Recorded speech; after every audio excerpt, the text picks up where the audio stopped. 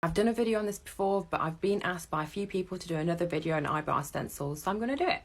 These are eyebrow stencils. It helps you get the perfect brow, especially if you're not good at making a good shape like me. I've got my eyebrow stencils from Tropic. There's 5 in a pack and there's all different shapes. Go through your stencils and see which one matches you best. I use the Game Changer shape. It's a similar size to my eyebrows, although it doesn't quite fit my brow.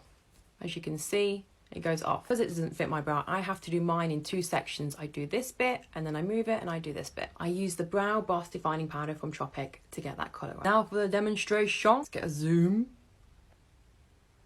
First, to get my brush and my powder ready. Line your stencil up into the right position. Colour in the stencil. Because I do it in 2 parts, this is what the first part looks like. There we go, we've got a more defined brow. Now lining the second part. Get some more powder on that brush. Colour in the second part. Get my toothbrush, brush the hair. I then use the NYX eyebrow glue to keep my eyebrows in place because my hairs are wild. Brush up. Flick, flick, flick, flick, flick, flick, flick, flick, flick, flick, flick, flick, flick.